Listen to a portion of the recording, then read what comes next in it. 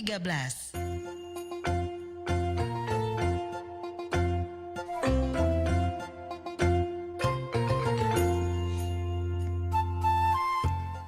Abang Po, Perpustakaan Jakarta dan Pusat Dokumen Sastra atau PDSHB Yasin mengadakan program literasi Ramadan Ngabuburit 2026 yang berlangsung pada 28 Februari hingga besok 13 Maret 2026 di Taman Ismail Marzuki, Cikini, Jakarta Pusat.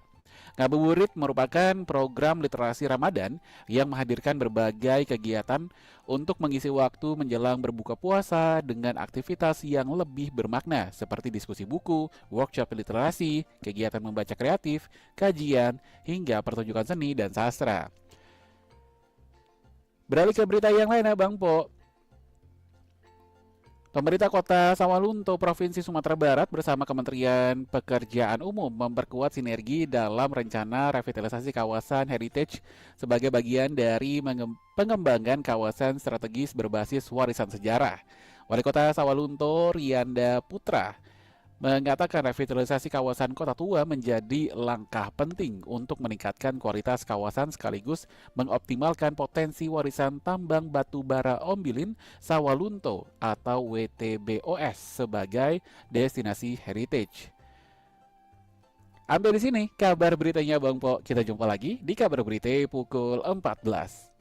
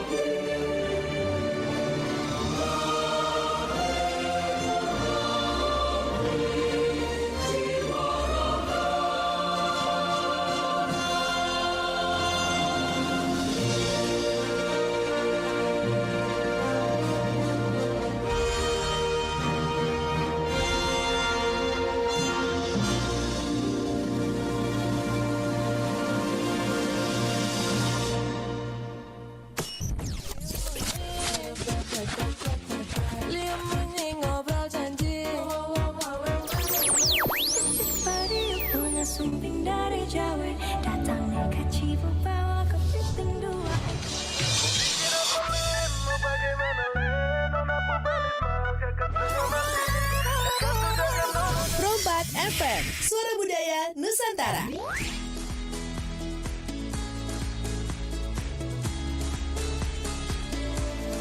Ragam tradisi dan destinasi, serta budaya Nusantara hadir dalam program berjaringan Perompak Suara Budaya Nusantara.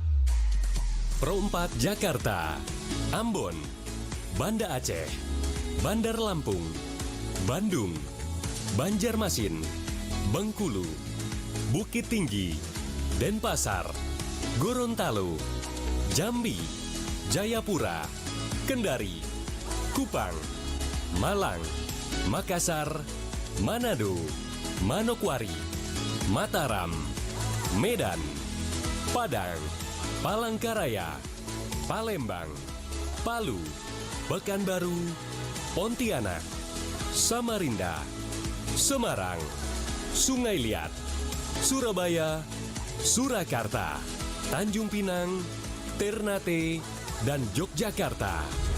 Selamat mengikuti.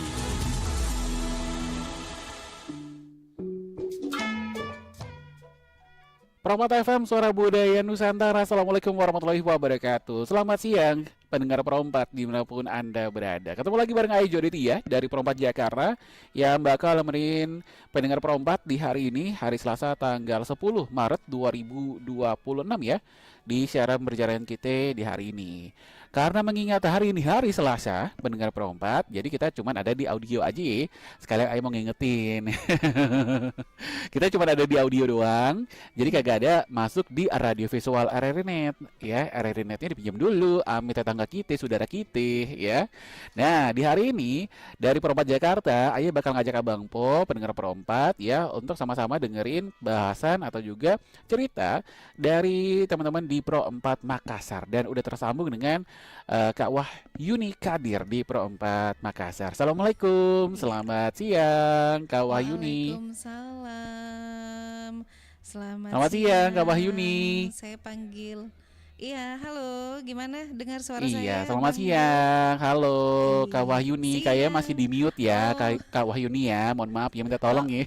masih di mute, ininya, Heeh.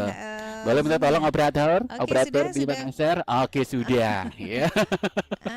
Waalaikumsalam, Iya. Bang Jo. Iya, gimana Aduh, kabar Kak Wahyuni di iya. Makassar? Kabar, alhamdulillah kabar baik. Gimana Baik Bang Jo ya. di Jakarta? Hari Jakarta ini ya. Jakarta alhamdulillah cerah Kak Wahyuni. Kalau misalnya kemarin Mm-mm, tahu Jakarta banjir di mm-mm, mana-mana, kita puyeng mm-mm. ngedukin airnya, puyeng Kak Jadi Wahyuni, hari ini pegel. cerah ya. Cerah alhamdulillah nih hari Oh, ini nih gitu. Di iya, sana gimana, alhamdulillah. cerah Iya. atau udah masih hujan di sana? eh saat ini lagi cerah. Mungkin Ah, sebentar hujan lagi ya.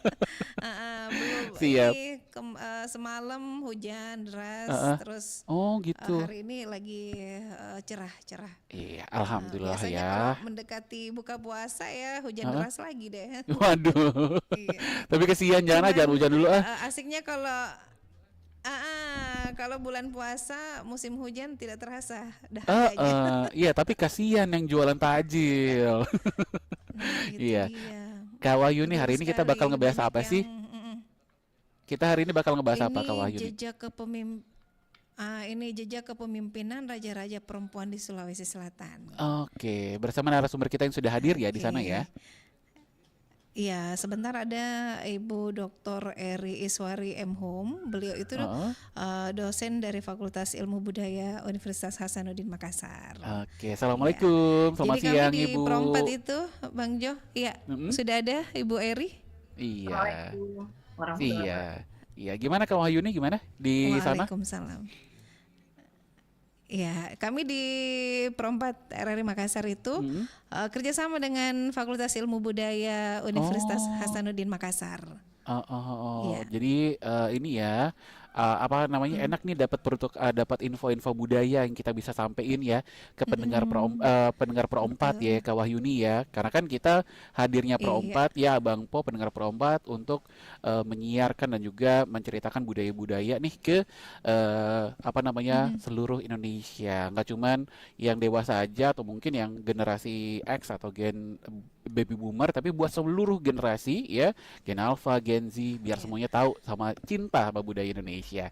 Kak Wahyuni, ini kan karena betul kita sekali. durasinya Iya. 1 jam nih. Heeh, Jadi di sesi pertama ini iya, nanti betul. Kak Wahyuni sama Iya. Ibu Eri monggo dipersilakan untuk Mm-mm, pembahasannya. Nanti kita jeda dulu satu lagu mm-mm. dari Perompat Jakarta, Baik, baru nanti kita buka interaksi oke, dengan pendengar Pro 4. Mungkin betul. pendengar Pro 4 mau Siap. nyatot dulu nih nomornya Pro 4 Makassar, boleh. Itu nomornya berapa di sana, Kak Wahyuni? Boleh.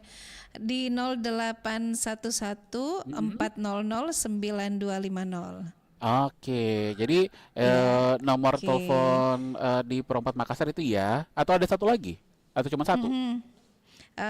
Cuman satu aja, Oh, cuma Bang satu Jo. aja.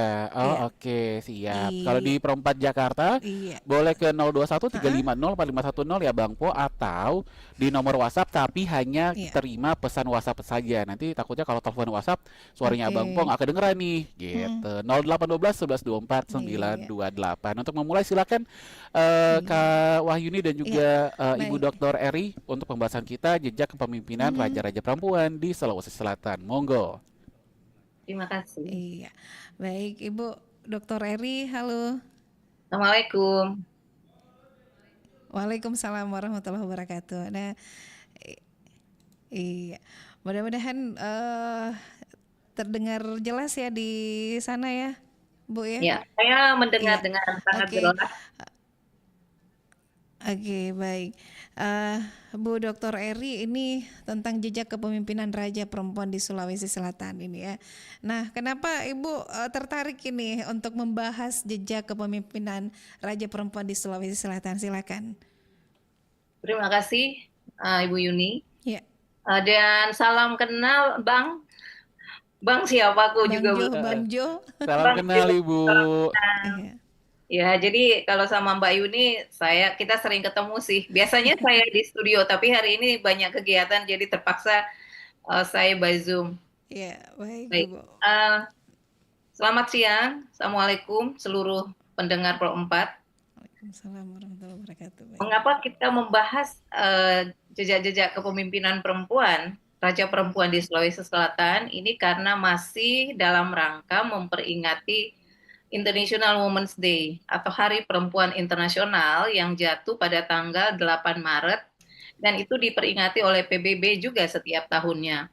Nah, sehingga kami di Makassar juga ingin ikut memperingati dengan siaran ini ya, sehingga mengambil tema tentang bagaimana jejak-jejak kepemimpinan raja-raja perempuan di Sulawesi Selatan.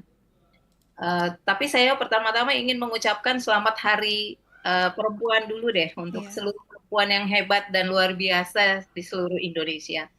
Khususnya untuk para perempuan hebat dan luar biasa yang bekerja di RRI. Ya. Oke, terima kasih Bu. Ya. Iya. Halo. Ya, halo. Iya, baik. Silakan lanjut lagi Bu. Jadi ini apa Women's Day ya hari ini ya Bu ya? International Women's Day tanggal 8 Maret. Tanggal 8 Maret International Women's Day, tanggal 9 Maret itu Hari Perempuan Indonesia, Hari Perempuan Nasional. Iya, tanggal 9-nya yang nasional ya Bu. Ada juga. Oh, nasional. Nah, jadi tema Hari Perempuan Internasional tahun 2026 itu adalah tentang right, justice, action for all women and girls. Jadi dia berbicara tentang hak, keadilan, aksi untuk semua perempuan dan para anak perempuan. Tapi makanya kita mengambil satu tema yaitu tentang jejak raja perempuan di Sulawesi Selatan karena kita ingin mengadopsi bagaimana aura dan juga motivasi tentang kepemimpinan para raja zaman dulu. Karena kami di Sulawesi Selatan punya banyak raja perempuan di beberapa kerajaan besar di zaman dulu. Iya. Jadi, mungkin jadi dari iya, silakan Bu Dr. Eri. Mungkin dari raja-raja perempuan yang tercatat dalam sejarah Bugis Makassar dan Mandar. Ya. Mungkin kita di Sulawesi Selatan aja ya, dan kita bercerita dulu secara umum, kemudian mungkin kita mengambil dua sosok yang sangat fenomenal dari beberapa raja perempuan. Nah, kita mulai dari Kerajaan Goa, karena Kerajaan Goa itu adalah kerajaan yang sangat terbesar ya, yang dikenal selama ini, dan beberapa kerajaan lain sebagai anak-anak kerajaan yang ada di Sulawesi Selatan. Jadi Kerajaan Goa dulu kita kenal dipimpin oleh seorang perempuan yang terkenal dengan istilah Tomanurung. Karena di Goa, menurut catatan sejarah Goa kuno, bahwa dahulu ada 9 kerajaan kecil yang ada di Goa, dan jadi namanya Kasuyang Salapang. Jadi Salapang itu 9, jadi Kasuyang itu semacam kerajaan kecil ya. Nah, mereka sering perang saudara. Nah, setelah bertahun-tahun mereka sering perang saudara, maka akhirnya mereka konon berdoa agar diturunkan seorang pemimpin yang bisa menyatukan mereka dan bisa mendamaikan mereka. Dan singkat cerita, turunlah seorang perempuan dari langit karena tiba-tiba datang di atas sebuah batu besar dengan memakai pakaian kerajaan dan juga dengan segala macam perlengkapan makan dan juga ikon-ikon kerajaan dia, ikon kebesaran ya. Jadi alat-alat kerajaan seperti pedang yang namanya Sudangarigoa, bermahkota, pakai mahkota kerajaan, dan itulah yang dinamakan Salokoa, yang dimana mahkota itu dipakai untuk setiap raja yang berkuasa saat itu atau memerintah. dan juga memakai gelang yang namanya ponto janga-jangaya. Nah, jadi meskipun dikatakan mitos, tetapi jejak dari raja perempuan itu juga bisa ditelusuri. Jadi ada nama di Makassar dekat rumah saya ini kurang lebih 1 kilo, namanya Tomanurung, Jalan Tomanurung, karena mengambil ataupun mengadopsi nama raja perempuan itu. Mengapa yang turun perempuan? Mengapa bukan laki-laki? Disinilah kehebatan dari seorang perempuan, bahwa dia bisa menjadi simbol penengah, simbol perdamaian, simbol persatuan di antara 9 raja laki-laki yang sering kali berseteru dan juga konflik internal di antara mereka. Nah, jadi akhirnya setelah beliau berkomunikasi dengan para raja, dan 9 raja kecil ini mengangkat dan sepakat mengangkat beliau Tomanurung perempuan, namanya Tomanurung Bainea karena Bainea itu perempuan, untuk menjadi raja, dan akhirnya beliau dilantik jadi raja pertama di kerajaan Goa, dan itu adalah perempuan, dan dia bisa mendamaikan seluruh raja-raja laki-laki yang saling berkonflik. Kemudian kita pindah ke kerajaan Bone. Kerajaan Bone itu ada 6 raja perempuan, tetapi ada 1 perempuan, yaitu Webatari Toja, yang pernah naik tahta 2 kali. Sehingga kerajaan Bone pernah dipimpin 7 kali perempuan. Jadi raja keempat namanya Webandrigau itu memerintah di tahun 1470 sampai 1510. Kemudian yang kedua ada raja ke-10 namanya Wetenritupu, Matinroe Risidenreng, ini adalah perempuan juga dan memerintah pada tahun 1602 sampai 1611. Ya, jadi agak lama juga beliau memerintah, yaitu 9 tahun ya. Kemudian yang raja ke-17 inilah Webatari Toja Datu Talaga Aruntimurung, ini dia memerintah 2 kali. Dia menjadi raja Bone di yang ke-17 dan ke-21. Kemudian ada yang namanya raja ke-25 ini bernama We Imanindratu Arungdata. Beliau memerintah di tahun 1823 sampai dengan 1835. Dan ada raja Bone yang ke-28 yaitu We Tenriawaru Pancaitana Besek Kajuara, ini memerintah di tahun 1857 sampai 1860. Dan perempuan terakhir yang menjadi raja di Bone itu namanya raja ke-30 ya. Di antara 33 raja, raja ke-30 Wevetima Banri Datu Cipta Matinroe Ribolo Bola Paretna itu tahun 1871 sampai 1895. Jadi kita mengenal ada 6 raja perempuan, tetapi Batari Toja naik tahta 2 kali sehingga 7 kali dipimpin oleh raja perempuan. Nah, kemudian ada lagi kerajaan Pancana. Mungkin ada yang mengenal sosok Choli Pujie, ya, adalah seorang perempuan pengumpul naskah Lagaligo bersama Mates, sehingga Lagaligo itu bisa utuh dan mencapai 12 jilid. Maka Choli Pujie adalah salah seorang raja perempuan yang pernah memerintah di Pancana. Dan raja Pancana yang ke-15 itu nanti raja yang ke-15 barulah ada perempuan, yaitu Wetenri Leleang yang memerintah tahun 1744 sampai 1750. Kemudian ada raja ke-18 yaitu Daen Tenisanga. Ini beliau memerintah tahun 1824 sampai 1829. Dan raja ke-21 yaitu Wetenriole Siti Aisyah, ini memerintah 1855 dan sampai dengan 1910. Kemudian raja ke-22 dari kerajaan Pancana adalah Ratu We Pancaitana Bungawalie. Itu beliau memerintah tahun 1910 sampai 1919. Dan raja ke-23 itu juga perempuan, We Pateketana, itu beliau memerintah 1919 sampai 1928. Kemudian masih ada raja-raja perempuan lain, yaitu di kerajaan Sopeng ada 4 perempuan, di kerajaan Luwu juga ada 4 perempuan. Tetapi hari ini karena keterbatasan waktu, kita mungkin fokus ke hanya 2 profil yang fenomenal ya, yaitu Wetenriole yang memerintah menjadi raja di Kerajaan Pancana selama 55 tahun. Dan beliau itu di tahun 1856 itu beliau sudah mendirikan folk school, namanya sekolah rakyat. Jadi jauh lebih awal dibandingkan Kartini. Nah, untuk sekolah beliau rakyatnya itu diajari membaca dan berhitung saja, hanya 2 mata pelajaran.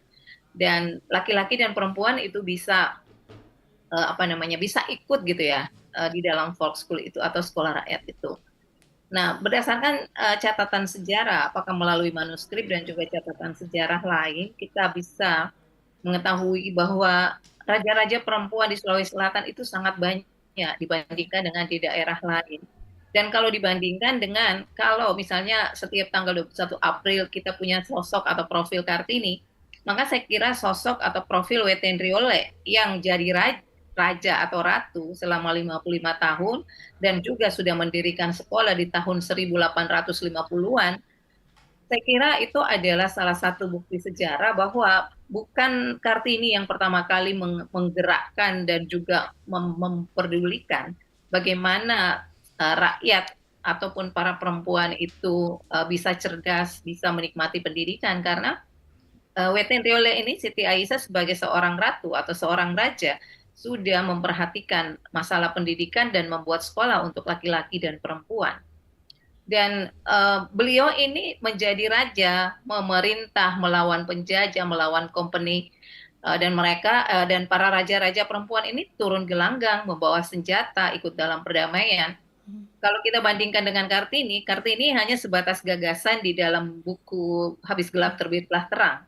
Dan saya membaca karena kebetulan saya punya bukunya, itu adalah isinya hanya berupa gagasan dan juga keluh kesah, harapan-harapan dia tentang perempuan. Tapi mungkin beliau meskipun punya gagasan yang ideal atau mungkin yang normatif untuk seorang perempuan, tetapi dia tidak bisa beraksi. Karena sepertinya beliau dipingit sebagai istri bupati yang ketiga atau keempat ya, Bupati Rembang saat itu. Nah, tetapi para raja perempuan yang ada di Sulawesi Selatan, mereka justru berperang. Kadang-kadang Kue Batari Toja ini yang juga adalah salah seorang Raja Bone tadi saya bacakan, itu pernah memerintah sampai 2 kerajaan. Jadi dia memerintah di Bone juga memerintah di kerajaan lain. Itu karena mereka sangat powerful dan mereka dianggap perempuan ini sanggup untuk melawan penjajah dan mempertahankan eksistensi kerajaan mereka. Jadi begitu hebatnya mereka berperang ya. Dan mereka membawa senjata, ikut keluar masuk hutan dan seperti itu. Jadi mereka memang turun ke gelanggang perang. Ya, dan sangat luar biasa sekali ya ketika kita dengarkan beberapa tadi raja-raja perempuan di Sulawesi Selatan ya, Bu Eri. Nah, tentunya di dalam naskah kuno Ilagaligo ini atau Lontara, bagaimana posisi perempuan ini digambarkan dalam struktur kekuasaan? Ya, jadi ini bukan dalam Lagaligo, tetapi dalam naskah lama ya, manuskrip. Manuskrip, baik. Ya, baik dari manuskrip Raja Bone maupun Raja Pancana ya. Baru sekarang ini kalau Kerajaan Pancana itu ada di Kabupaten Baru dan sekitarnya gitu. Nah, jadi Weten Riole diceritakan bahwa untuk mengamankan kerajaan beliau, mempertahankan kerajaan, wilayah geografisnya, melindungi rakyatnya, maka beliau itu berteman dengan Belanda. Jadi sementara saat yang sama suaminya Raja Bakke itu Datu Bakke adalah seorang raja di Sopeng, ya, jadi di kerajaan Sopeng. Nah, Datu Bakke ini tidak suka dengan Belanda, dia anti Belanda. Sementara istrinya harus berteman Belanda dengan alasan bahwa untuk melindungi rakyatnya dan untuk mempertahankan wilayah geografis mereka. Nah, akhirnya kadang-kadang Ratu Bakke ini yang menyerang kerajaan istrinya untuk menghancurkan kerajaan istrinya karena dia anti Belanda, sementara istrinya pro dengan Belanda. Nah, jadi pada saat-saat tertentu kerajaan beliau ini diserang. Nah, yang mungkin bisa kita pelajari adalah bagaimana Weten Riole ini yang memerintah 55 tahun, bayangkan ini lebih lama dari Soeharto ya. 55 tahun. Oh, 30 tahun. iya. Wetteny Riole 55 tahun dan dia seorang perempuan pula ya. Hmm. Nah, jadi kita bisa bayangkan bagaimana suka dukanya dan bagaimana beliau itu memerintah dan harus menundukkan beberapa raja-raja kecil di kerajaan lokal. Karena raja-raja kecil di kerajaan Pancana ini kan juga banyak dan pasti adalah wilayah biasanya wilayah kekuasaan laki-laki. Nah, tetapi dia yang ya seperti gubernur lah dia, kemudian ada beberapa bupati di bawahnya yang laki-laki dan kadang-kadang mungkin mereka terjadi konflik sehingga dia Ya. harus punya cara untuk mengatasi konflik-konflik vertikal di antara raja-raja internal kerajaan mereka. Nah, ada satu lagi yang menarik di Sinjai ya, tetapi sampai sekarang pun masih ada rumah adat itu, Ya. dan itu juga adalah namanya Dusun Adat Karampuang, karena dulu kerajaan Karampuang juga diperintah oleh seorang perempuan dan membawahi 6 laki-laki, kerajaan-kerajaan kecil. Jadi konon raja perempuan yang ada di Sinjai itu yang namanya raja namanya Karaeng Puang ya, akhirnya Ya. menjadi Karampuang yang Karam. ada di dusun adat di Kabupaten Sinjai. Nah, itu juga hebatnya karena rakyatnya membuatkan rumah adat dan rumah adat itu mengadopsi anatomi tubuh perempuan. Tubuh perempuan ini karena perempuan itu adalah raja pertama mereka. Ya. Nah, jadi rumah adatnya kita masih bisa lihat meskipun udah reot-reot ya.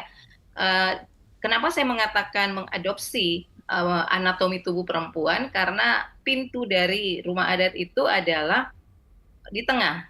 Nah, jadi kenapa pintunya di tengah, tidak di depan seperti rumah adat biasanya yang ada di Sulsel atau di Indonesia?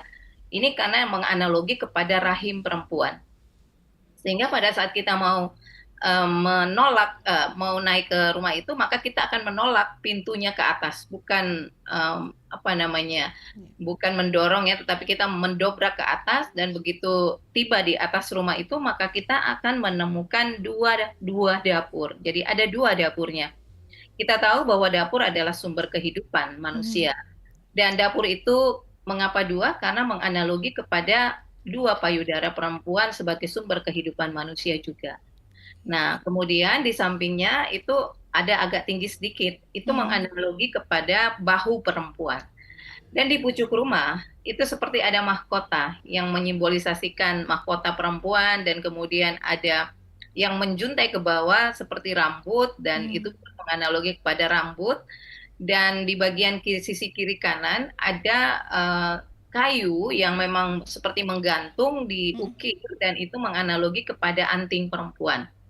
Di kolong rumah kita bisa melihat bahwa ada dua tiang yang sengaja terpotong jadi ibarat lutut antara lutut dan paha dan di situ dibuatkan kain putih, dibungkus kain putih untuk menganalogi kepada kaki dan lutut perempuan, lutut rajanya.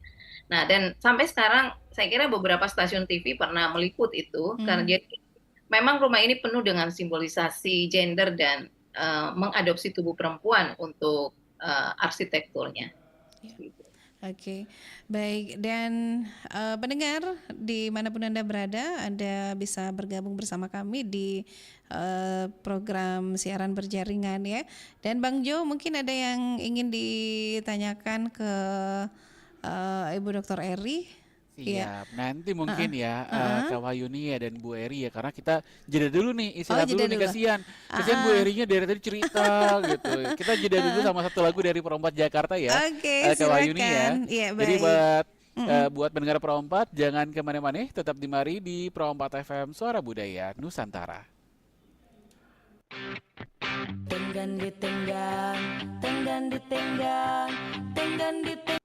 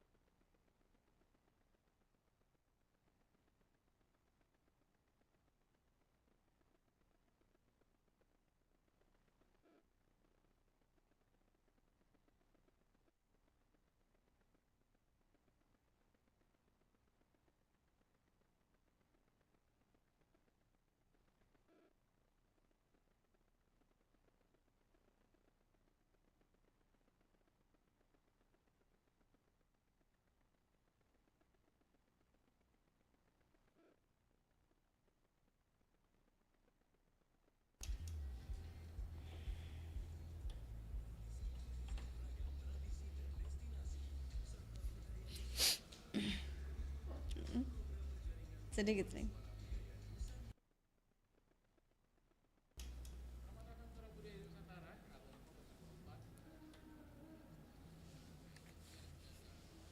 Iya. Iya, oke, baik Bang Jo.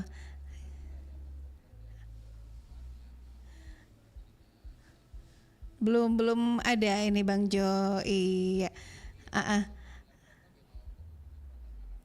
Iya, silakan. Oke. Iya. Tentunya ya ini tentang jejak kepemimpinan raja-raja perempuan Sulawesi Selatan ya. Iya. Oke. Iya, ada penelpon saya. Iya. Iya. Iya. Halo, Assalamualaikum. Halo, assalamualaikum. Waalaikumsalam. Selamat siang, dari mana Bapak? Kakak Wahyun ya. Iya, dengan siapa ini? Dengan Leman, kakak di Lampung, Tenggamus Lampung. Wah, Eman di Lampung ya? Leman. Selamat siang. Assalamualaikum Bang Jojo. Bang Leman. Iya, sama-sama Bang Jojo. Ini siapa ibu nasumbernya? Dari Ibu Eri. Ibu Eri ya. Selamat siang. Assalamualaikum Ibu. Waalaikumsalam. Iya. Iya, tadi Ibu cerita panjang tadi masalah apa namanya raja-raja yang ada di Sulawesi Selatan itu semuanya perempuan semua gitu. Iya, perempuan. Iya. Jadi yang saya tanyakan di sana itu ada nggak Bu yang namanya raja-raja perempuan itu, lalu kalau dia sudah meninggal dunia itu ke anaknya, ke cucunya gitu. Oke. Itu saja. Turunannya Makasih. ya. Selamat siang. Wassalamualaikum. Iya, waalaikumsalam. Oke.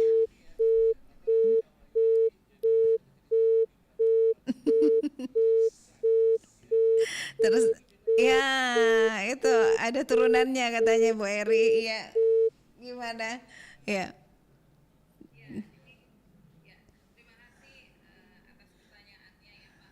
Jadi kalau misalnya saya ingin menceritakan tadi dua profil yang fenomenal, yaitu Weten Riole saat dia mau diangkat jadi ratu atau raja dengan W Batari Toja.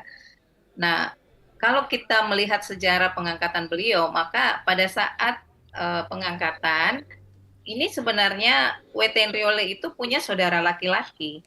Nah, tetapi saat ayahnya mau turun tahta dan ingin menyerahkan pewarisan kekuasaan untuk memilih jadi raja berikutnya, maka bapaknya tidak memilih laki-laki atau perempuan, tetapi dia melihat anaknya yang punya kompetensi kepemimpinan dan juga moral yang baik.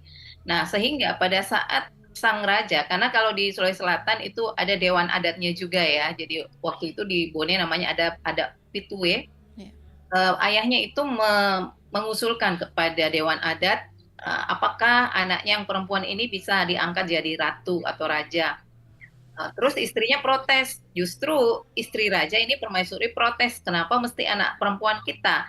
Bukankah kita punya anak laki-laki? Terus sang raja mengatakan bahwa meskipun kita punya anak laki-laki, tetapi anak perempuan kita itu lebih cerdas dan lebih punya kompetensi jadi pemimpin dan juga secara moral baik. Anak laki-laki kita itu suka minum minuman keras, kadang-kadang suka keluyuran, seperti itu, dan saya kira itu bukan moral dan juga role model yang baik untuk seorang pemimpin. Nah, singkat cerita, akhirnya Dewan Adat menyetujui Weten Riole ini naik tahta. Seperti itu. Nah, jadi kemudian kalau kita lihat susunan kerajaan yang ada di Bone, itu tidak, sang ratu tidak langsung memilih perempuan juga untuk menjadi raja berikutnya, tetapi justru memang juga harus melalui Dewan Adat. Nah, jadi pengusulannya itu lewat Dewan Adat dan nantilah Dewan Adat yang menyetujui. Seperti itu. Jadi tidak langsung. Nah, Batari Toja juga seperti itu.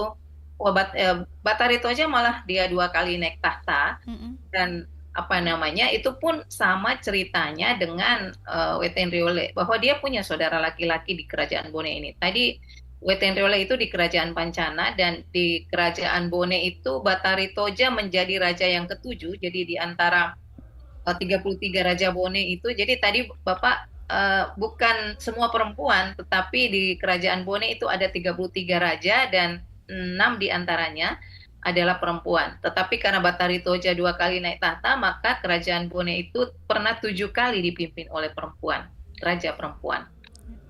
Karena Bathari Toja itu memerintah di tahun 1714 sampai 1715 cuma setahun waktu dia jadi raja ke-17. Kemudian kembali terpilih menjadi raja di Raja Bone ke-21 di tahun 1724 sampai 1749. Nah, jadi kalau kita melihat bahwa ini juga Webatari Toja diusulkan juga diprotes kenapa harus perempuan, dan akhirnya penjelasan raja bahwa jangan melihat perempuan atau tidak, tetapi mari kita lihat bahwa anak kita yang perempuan ini justru lebih hebat, lebih punya kompetensi karena dia sering ikut kita ke ke pertemuan-pertemuan antar kerajaan, akhirnya dia sudah punya wawasan seperti itu. Oke, baik. Bu Eri, kita angkat telepon lagi ya, Bang Jo ya. Boleh. Nanti kita baca WhatsApp dari Ibu Farida di Palu ya, Kak Wahyuni ya. Kita terima telepon lagi. Halo, assalamualaikum. Waalaikumsalam warahmatullahi wabarakatuh. Selamat siang. Iya, selamat siang. Dengan siapa? Di mana? Halo. Halo, Cece Ayu. Oh, terputus. Oh, terputus kayaknya nih, Kak Wahyuni. Hilang ya. suaranya. Tadi suaranya Cece Ayu di Maluku. Oh, iya, jauh juga. Jauh-jauh kita. Oke, mungkin ada pesan WhatsApp dulu, Bang Jo. Iya, ini kita baca dulu ya pesan WhatsApp dari Ibu Farida di Palu yang kirim pertanyaan. Sebentar, ini harus digedein ya tulisannya. Oke, ini bagaimana raja-raja perempuan yang ada di Makassar, apakah sama derajatnya dengan raja laki-laki gitu? Mungkin jawabnya nanti setelah angkat telepon lagi deh, Kak Wahyuni. Kita terima telepon lagi. Halo. Halo, assalamualaikum warahmatullahi wabarakatuh. Waalaikumsalam. Iya, ini Cece Ayu yang tadi ya. Iya. Dari Maluku. Baik, silakan Cece Ayu, ini apa? Nih Kak Jo, assalamualaikum, selamat siang. Iya. Waalaikumsalam, Cece Ayu. Assalamualaikum Ibu.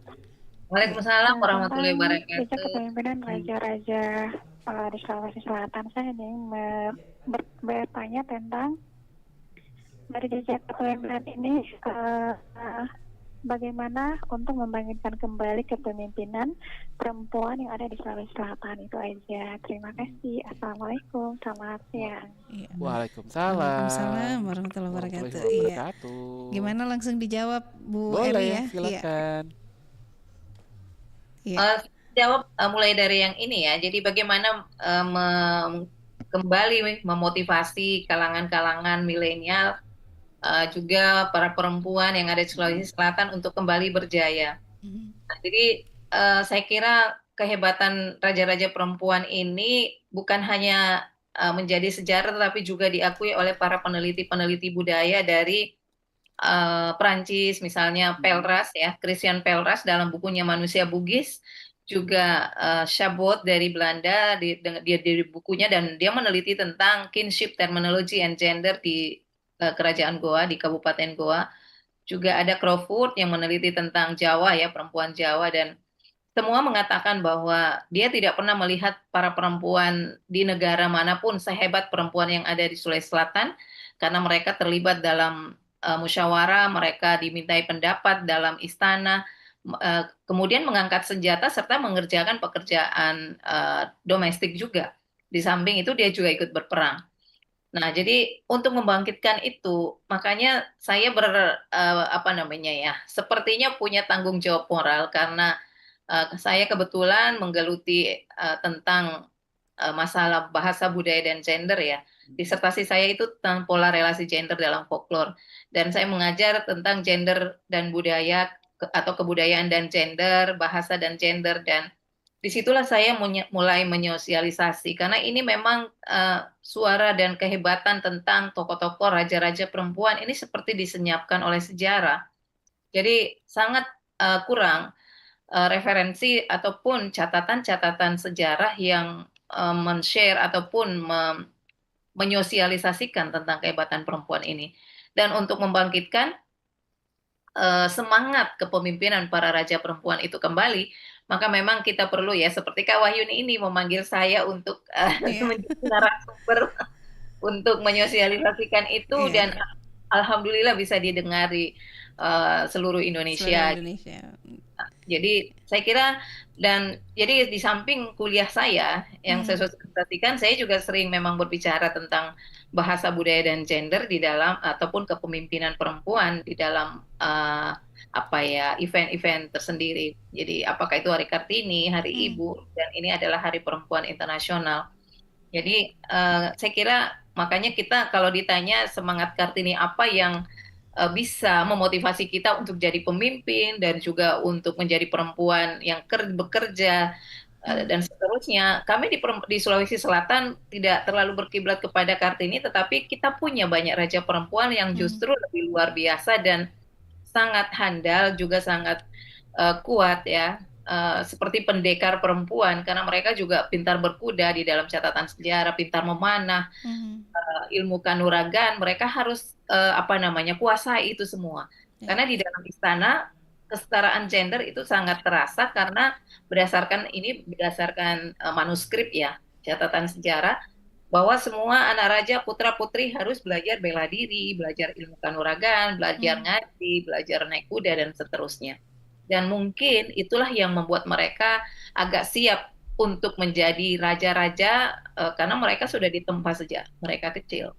Jadi sejak zaman dulu seperti itu. Tetapi setelah peradaban kita dijajah Belanda, maka peradaban itu jadi hancur seperti itu. Oke, baik. Tadi pertanyaannya apa ya?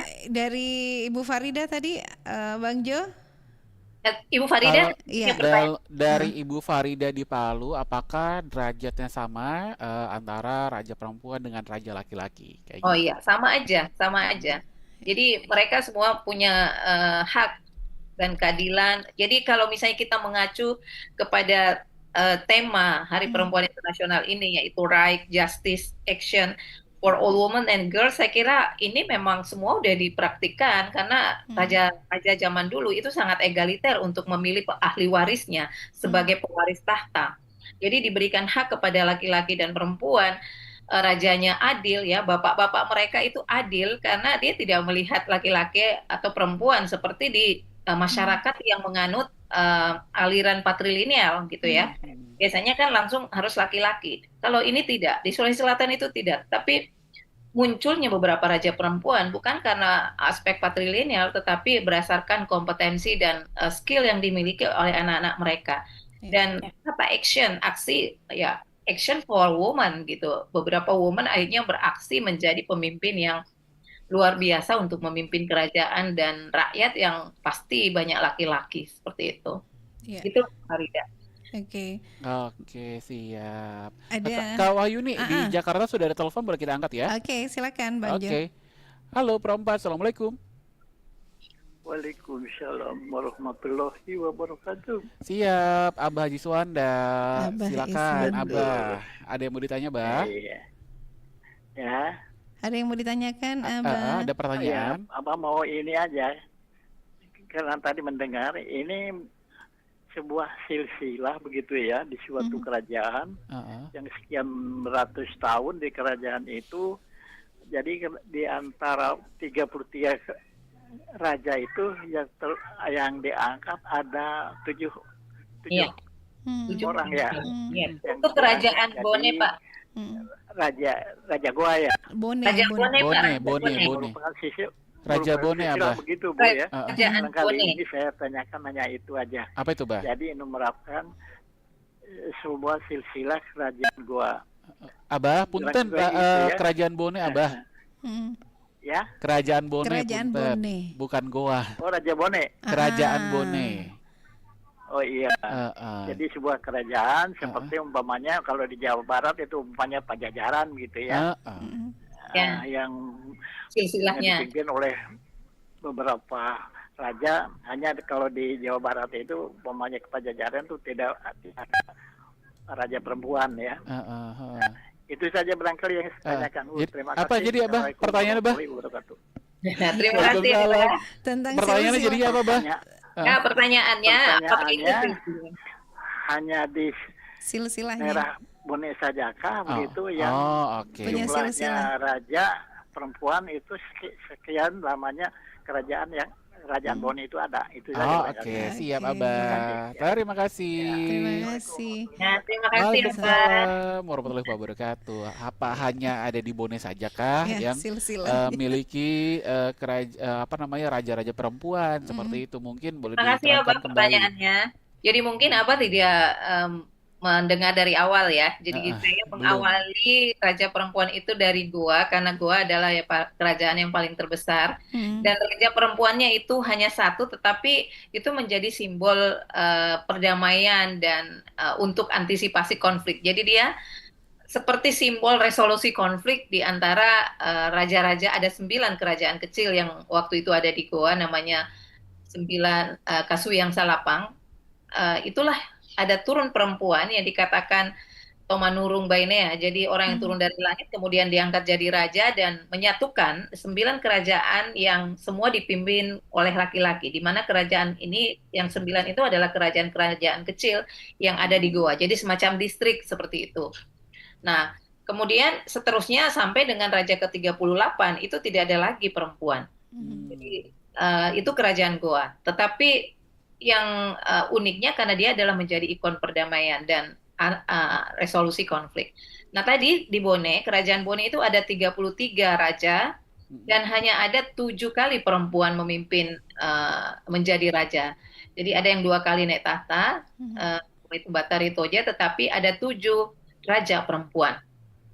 Kemudian di kerajaan Pancana itu ada 5 perempuan yang pernah menjadi raja di antara 25 raja yang ada di kerajaan Pancana yang ada di Kabupaten Baru. Nah, jadi kemudian di Kabupaten Sopeng itu juga ada 4 raja perempuan dan juga di Kabupaten Luwu, di kerajaan Luwu juga ada 4 raja perempuan. Nah, tadi saya cerita juga di Sinjai, mereka tidak ada juga beberapa raja perempuan, cuman tidak ada catatan sejarah. Yang justru ada catatan sejarahnya itu adalah sebuah kerajaan yang namanya Kerajaan Karampuang dan dipimpin juga oleh perempuan. Jadi namanya Karainpuan, Karampuang. Dan membawahi 6 raja laki-laki, jadi kerajaan kecil.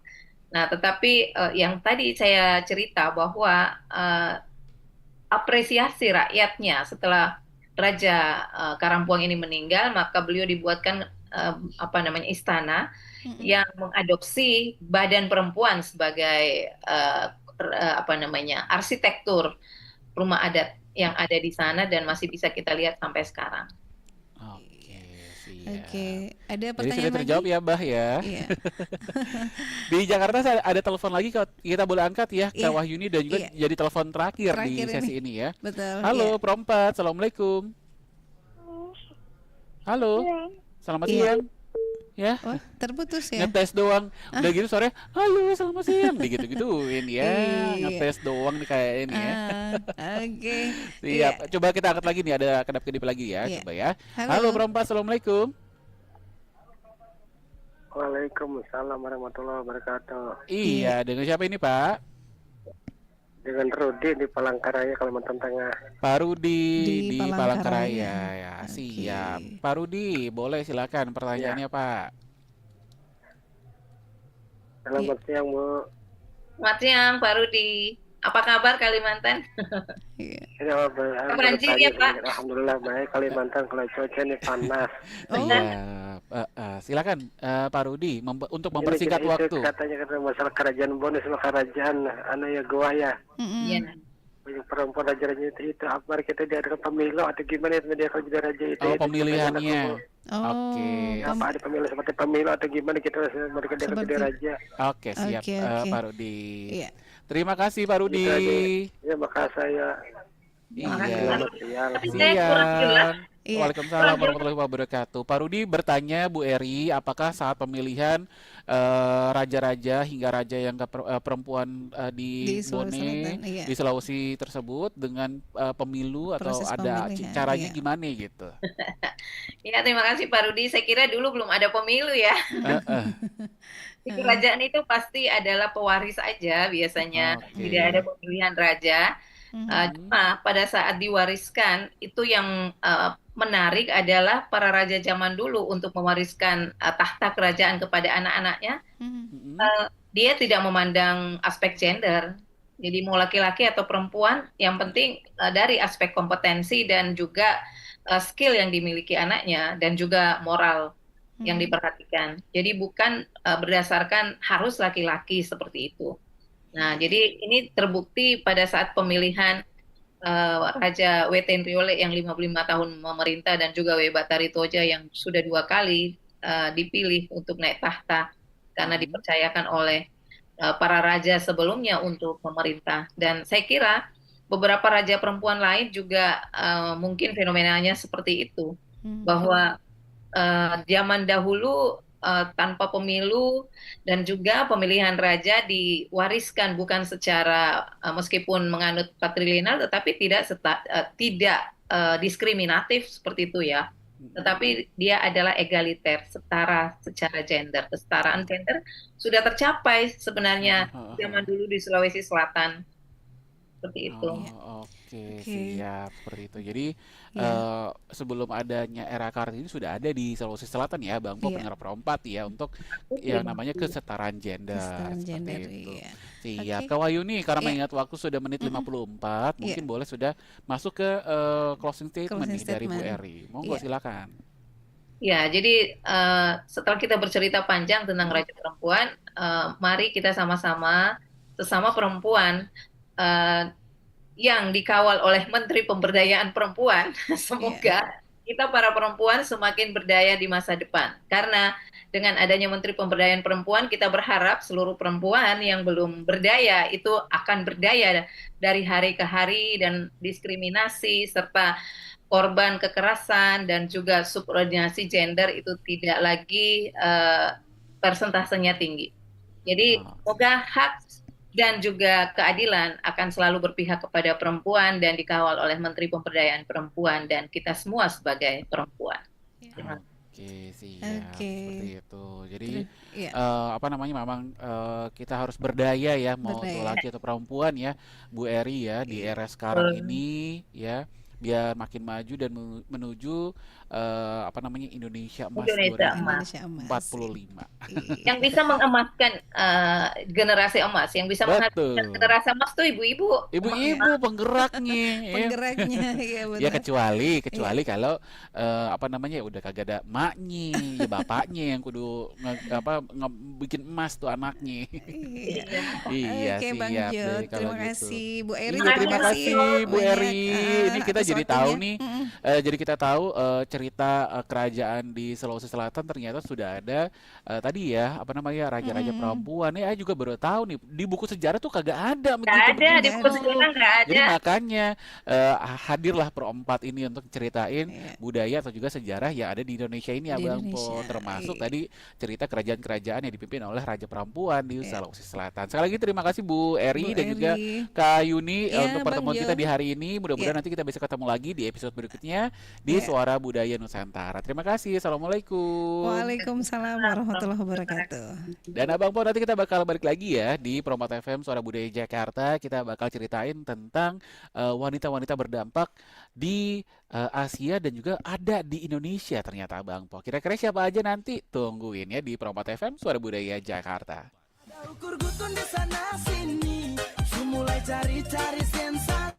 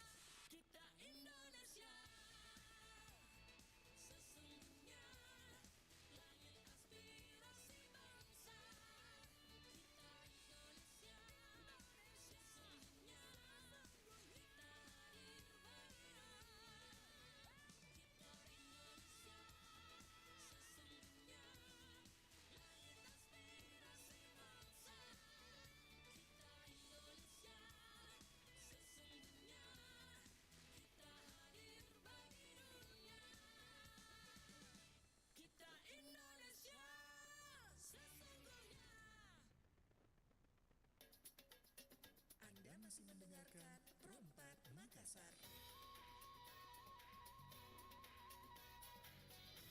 Saatnya kita ikuti murattal Al-Quran. Satu hari satu juz. Allahumma rahmna bil Quran. A'udzu billahi minasy syaithanir rajim. Bismillahirrahmanirrahim. Rubama yawaddu alladzina kafaru law kanu muslimin. Dharhum ya'kulu wa yatamatta'u wa yulhihimul amalu fasawfa ya'lamun. Wa ma ahlakna min qaryatin illa walaha kitabun ma'lum. Ma tasbiqu min ummatin ajalaha wa ma yastakhirun. Wa qalu ya ayyuhalladzi nuzzila alayhi dzikru innaka lamajnun. Law ma ta'tina bil malaikati in kunta minas sadiqin. Ma nunazzilul malaikata illa bil haqqi wa ma kanu idzan munzirin.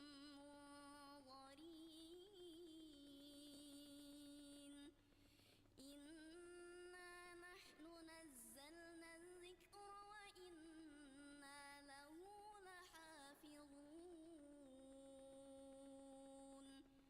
Wa laqad arsalna